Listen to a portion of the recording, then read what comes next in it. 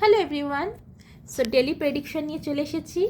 Timeless যখন থেকে দেখবে তোমাদের সাথে ইন্ডি রেজোনেট করবে আজকের প্রেডিকশন হচ্ছে তোমাদের হেলথ, কেরিয়ার অ্যান্ড রিলেশনশিপ, যেটা আমাদের জীবনে কিন্তু মোস্ট ইম্পর্টেন্ট।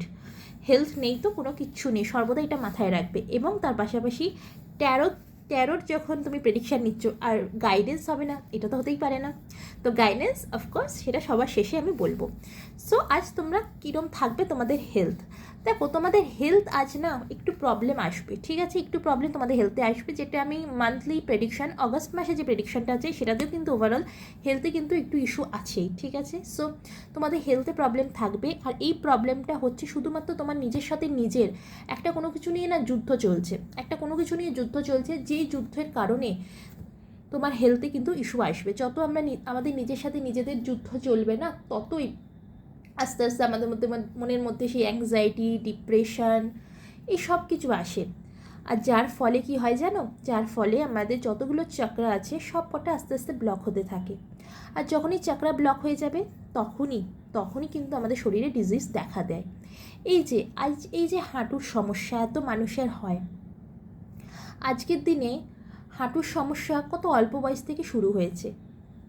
কেন হয় জানো? কারণ আমাদের চক্রা ব্লক থাকে বলে। রুট চক্রা, যেটা বাংলায় বলা হয় মূলাধার চক্র, এই চক্রটা যখনই ব্লক হয়ে যায় তখনই কিন্তু আমাদের শরীরে সব ডিজিজ আস্তে আস্তে দেখা দিতে শুরু করে। মূলত এই রুট চক্রের ব্লক থাকার জন্যই কিন্তু আমাদের হাঁটুর সমস্যা, তারপরে স্পাইনের সমস্যা কিন্তু দেখা দেয়। কেন হয়? আমাদের এই যে অ্যাংজাইটি, ইমোশান, ডিপ্রেশান, তারপরে আমরা দুঃখ পাই, কষ্ট পাই, যত এগুলো হচ্ছে তত আমাদের চক্রগুলো ব্লক হচ্ছে। আর এই চক্রগুলো ব্লক হচ্ছে বলে মূলত স্পাইনে যে ব্যথাগুলো হয় না, এইগুলো শুধুমাত্র ইমোশনের জন্য। আমাদের ইমোশনগুলো ওই জায়গাগুলোয় গিয়ে না ব্লক হয়ে যাচ্ছে, যার ফলে কিন্তু ব্লাড ফ্লো করতে পারছে না যেভাবে ব্লাড ফ্লো করা উচিত।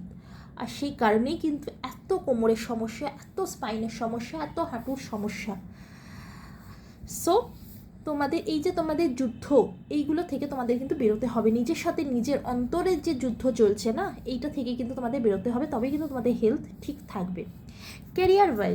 কেরিয়ারে দেখো, আজ সারাটা দিন তোমাদের কেরিয়ারে কিন্তু চ্যালেঞ্জ আসবে, কিন্তু তোমরা কি করছো জানো? তোমাদের কেরিয়ারে যে চ্যালেঞ্জগুলো আসছে সেগুলোকে তোমরা ফেস না করে তোমরা পিঠ দেখিয়ে বেরিয়ে যাচ্ছ। এইটা করো না।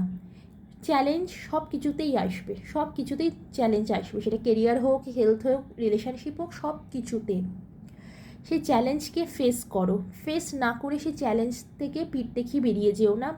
চ্যালেঞ্জকে ফেস করো, হার্ড ওয়ার্ক করো, দেখবে যে চ্যালেঞ্জটাই আসুক না কেন তোমার কেরিয়ারে, সেটাই আস্তে আস্তে ঠিক হয়ে যাবে এবং তুমি সাফল্য হবেই, তুমি সাকসেস পাবে, তুমি আরও আগে সাকসেসের দিকে এগিয়ে যাবে এবং তোমার রিলেশনশিপ খুব ভালোই থাকবে। কোনো রকম তোমার রিলেশনশিপ নিয়ে কিন্তু প্রবলেম নেই, খুব সুন্দর স্টেবল তোমার রিলেশনশিপটি আছে।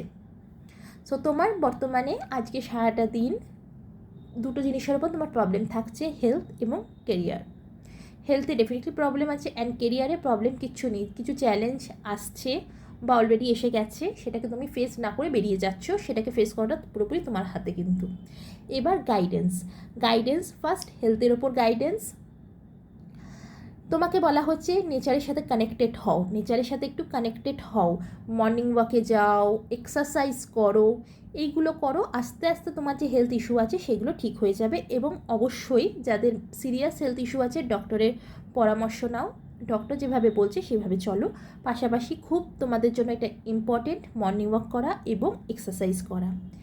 কেরিয়ারের জন্য তোমাদের গাইডেন্স হচ্ছে কেরিয়ার ফোকাসড হও, যে প্রবলেমগুলো এসেছে সেই প্রবলেমগুলোকে ফেস করো, ফেস না করে পিঠ দেখিয়ে বেরিয়ে যেও না। যে প্রবলেমই আসুক না কেন সেই প্রবলেমগুলোকে ফেস করো। যখনই তুমি সেই প্রবলেমগুলোকে ফেস করবে, তুমি তোমার জীবনে কিন্তু আগামী দিনে তোমার কেরিয়ারে খুব ভালো তুমি উন্নতি করতে পারবে। তুমি যেটা চাইছো কেরিয়ারে, সেইটাই কিন্তু তোমার উইশ ফুলফিলমেন্ট হবেই।